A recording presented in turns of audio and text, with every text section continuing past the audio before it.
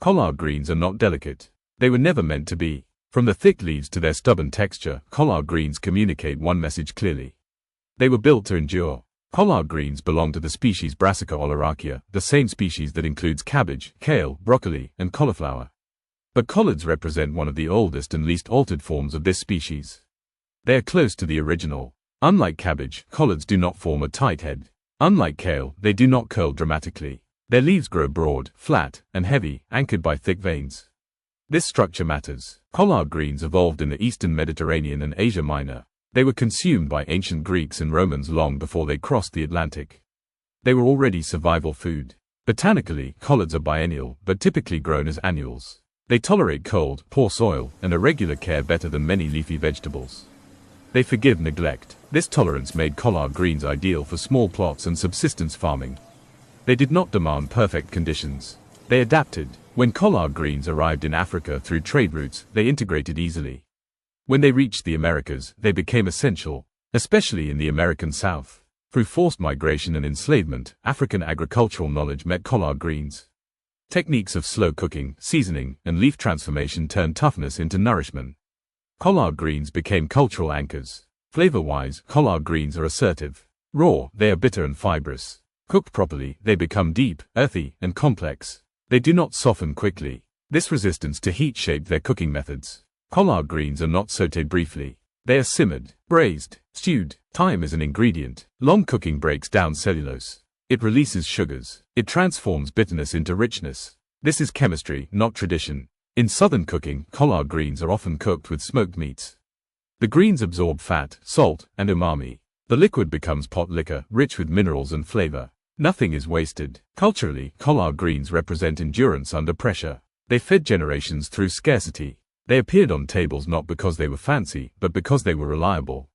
Reliability creates attachment. Collard greens also reflect agricultural wisdom. They grow better after frost. Cold converts starches into sugars, improving flavor. Nature rewards patience. Nutritionally, collard greens are dense. They are rich in vitamins A, C, and K, calcium, iron, and fiber. Unlike many greens, collards provide calcium in a relatively bioavailable form. This mattered where dairy was limited. Collards also contain glucosinolates, sulfur-containing compounds linked to cellular protection. Long cooking reduces bitterness but retains mineral value. Again, technique matters. Historically, collard greens were never prestige vegetables. They were everyday food. This kept them out of elite cookbooks but alive in kitchens. They survived outside fashion. During periods of economic hardship, collard greens persisted. During times of abundance, they were still present. They do not disappear when trends change. Agriculturally, collard greens are productive. One plant produces large leaves over an extended period. Harvesting outer leaves allows continuous growth. They regenerate. This regenerative quality made collards ideal for households. A few plants could feed many. They also resist pests better than more tender greens. Their thick leaves discourage damage. Strength is visible. In modern cuisine, collard greens are often misunderstood. Treated like spinach or kale, they disappoint. Their toughness is misread as flaw. This is misuse. Collard greens demand respect. They demand time. They reward intention. When handled properly, they deliver depth unmatched by softer greens. Globally, collard greens remain underrepresented. They did not globalize like kale. They did not rebrand. They stayed honest. From a sustainability perspective, collard greens are valuable. They require fewer inputs, tolerate climate stress, and produce high nutritional yield per square meter.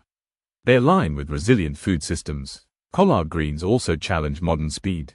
They cannot be rushed. They force slowing down. This is cultural resistance. In a world optimized for convenience, collard greens insist on process.